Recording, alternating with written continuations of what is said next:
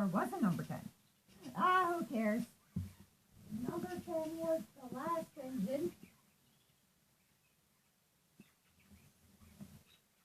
Today we're looking at engine number 11 or 10. This is the biggest tank engine I had ever made for the Everfree Forest Railway. Out of all of the tank engines I made, this is the biggest one I had ever built.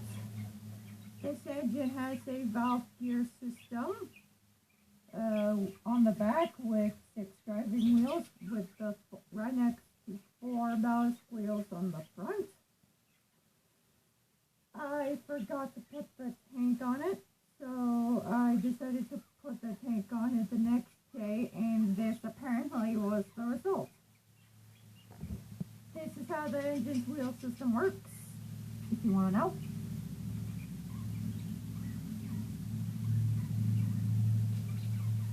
I'm working out some of the kinks on this engine, but overall it's a nice looking engine. Here's the front, here's the back, bottom, and top. The tank has a dome on it, which explains why it looks that way. There's also a bell on this engine I installed that goes ding, ding, ding, ding. Of course, whenever you sway it back and forth. Ding, ding, ding, ding. And there's, of course, a tall, flat, little funnel. The funnel's smaller than the bell. So, yeah, that's why the engine was built that way, I guess. There are 3 domeless areas right here. This one being below the tank. There's also a small flat whistle.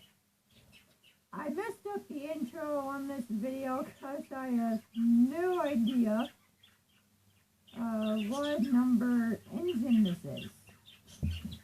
But I hope you all had an amazing time watching this video, and if you did, smash that like button, subscribe to Awesome Kids TV, and turn on bell notifications